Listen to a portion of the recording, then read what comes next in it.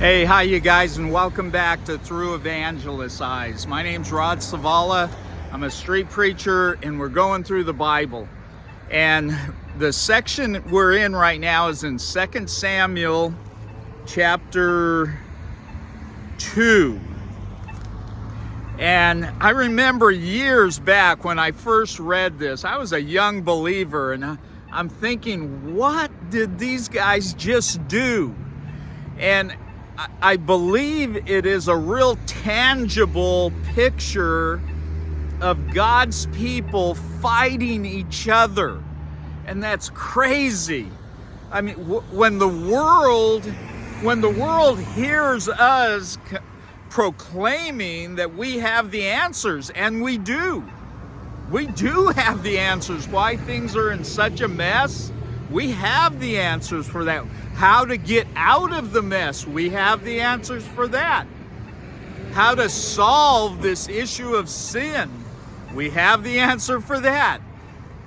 God has provided the answers, and yet it seems like the body of Christ, sometimes you can't tell whether they're family or they're enemies. And I named this chapter War Between Brothers. War between brothers.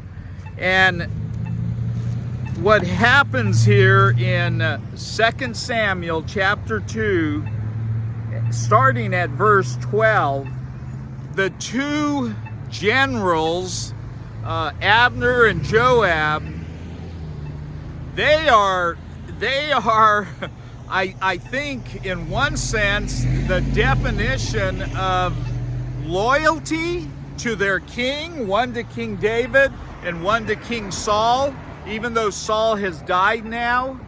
He's been killed in battle. But they are also a picture of just warmongers. I mean, wanting to kill just for the sport of killing almost. It's ugly and it's nasty looking. Let me read, if you're not familiar with this. Joab and Abner decide they're somehow talking to each other, even though David and Joab are running from Saul. But Joab and Abner's the captain of Saul's army, they get together and they decide they're going to have a contest. They're going to have 12 young men from Abner's group and 12 young men from Joab's group, David's side. They're going to draw their weapon.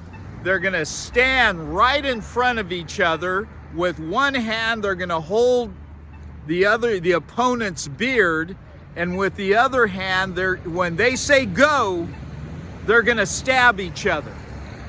Is that crazy? Is my hand going to be faster than your hand in stabbing you? 24 young men drop dead on the ground. And it's just mind-boggling, the foolishness of man. The foolishness of man. And I believe we are equally as foolish when we fight among each other.